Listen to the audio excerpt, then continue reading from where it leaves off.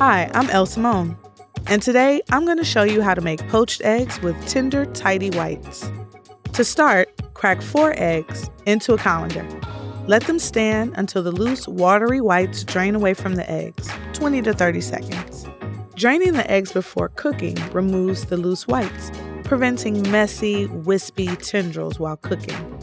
Gently transfer the eggs to a 2-cup liquid measuring cup. Add 1 teaspoon of salt and 1 tablespoon of vinegar to 6 cups of boiling water. Remove the pot from the heat.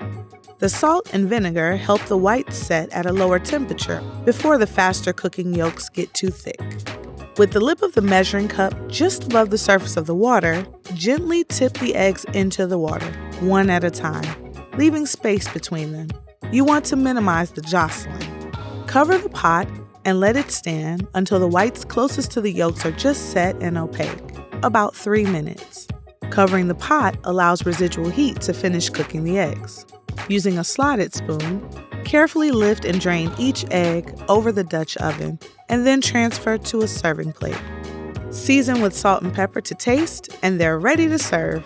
Now, that's the traditional way to make perfectly poached eggs. You can also sous vide them, up to 16 at a time. Using a sous vide circulator, bring the water to 167 degrees in a 7-quart container. Use a slotted spoon to gently lower the eggs into the prepared water bath. There's no need for sealed plastic. Mother Nature supplies eggs with the perfect insulation. Cover and cook for 12 minutes.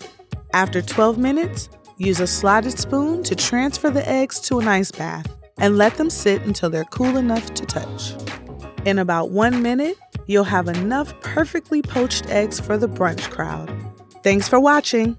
Tell us what you thought of this how-to in the comments below and hit that subscribe button.